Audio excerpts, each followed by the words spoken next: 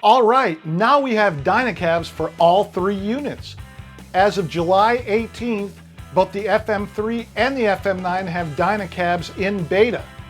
But I'm guessing that by the time this video comes out on August 9th, they'll be in production.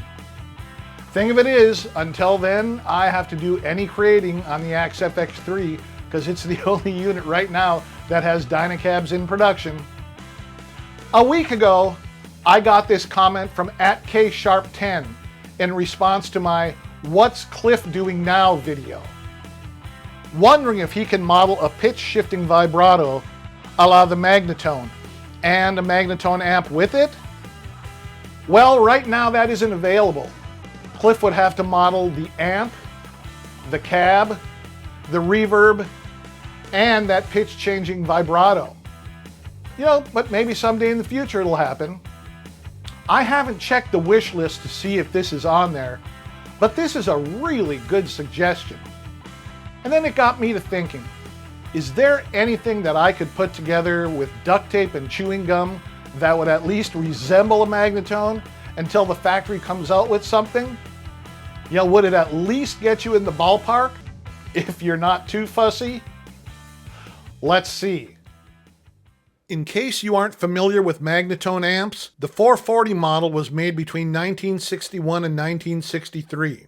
It has 18 watts of power and it uses a single 12-inch Oxford speaker. It has low and high gain inputs with separate volume controls. It has a tone control with a bright switch. It also has spring reverb with a depth control. But the coolest thing about this amp though is the vibrato. It isn't a tremolo setup like Fender uses. It's a true pitch-shifting vibrato that sounds vaguely like a Leslie rotating speaker. It all makes for a very unique retro sound.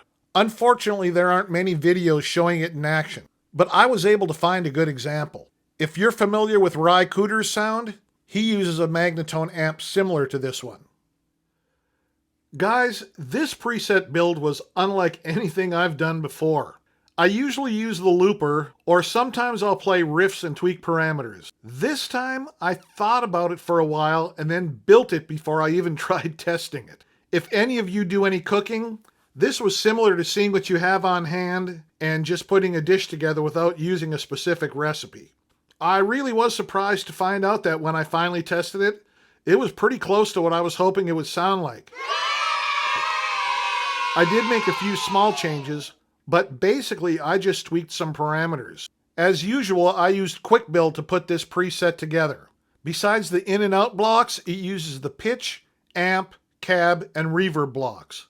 I thought about using the pan trem block, but in the end I didn't need it. I decided to use the Archeon clean amp type. That might seem like the wrong choice on the face of it, but I like how it sounds here.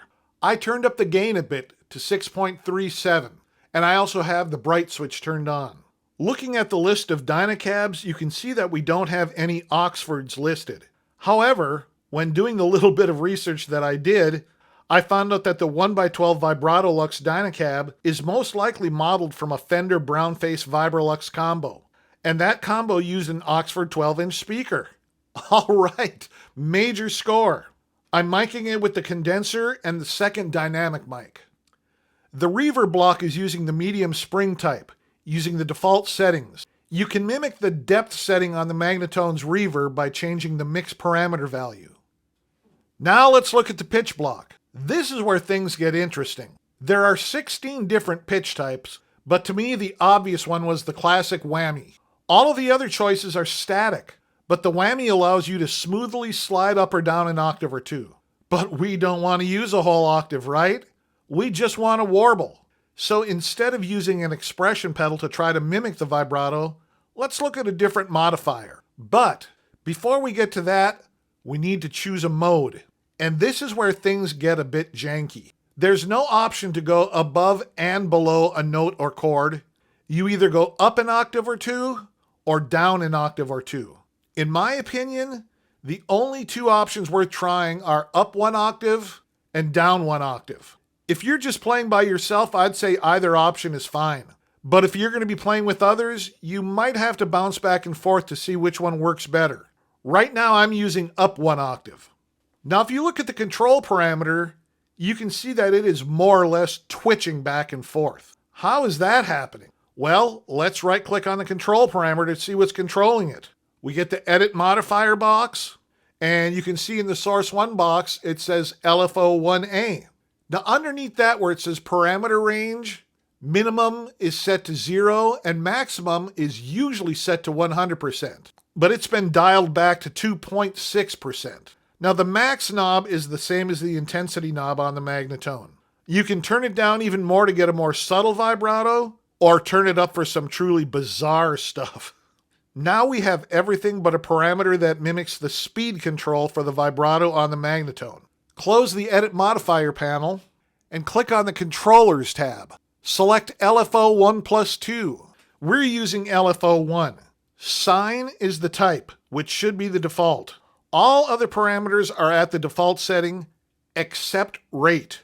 This is the parameter that mimics the speed control for the vibrato on the Magnatone. I found that 4.053 Hz makes for a nice Ry Cooter type sound. Try turning it up and down to see how that affects the warble. That's it. It's only a 2-scene preset, one scene without the vibrato and one scene with it. Both scenes are using spring reverb. I'll upload this preset to AxeChange and I'll list the link in the description. Okay, time for me to demo both of these scenes for you.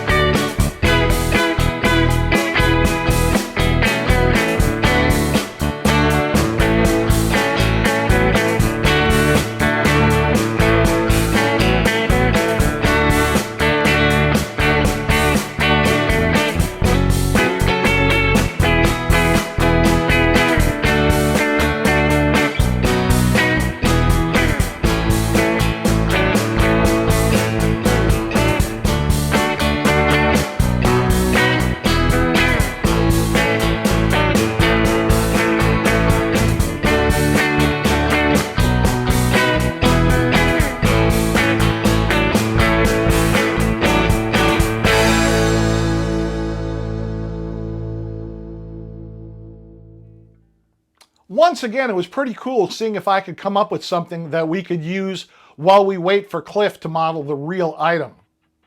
You know, this thing is really fun in a very cool retro way. Let me know if you've tried it out and what you think about it. Okay, this Friday we're going to talk about why I've been making my videos 2 to 3 weeks in advance and what that means for the next couple months.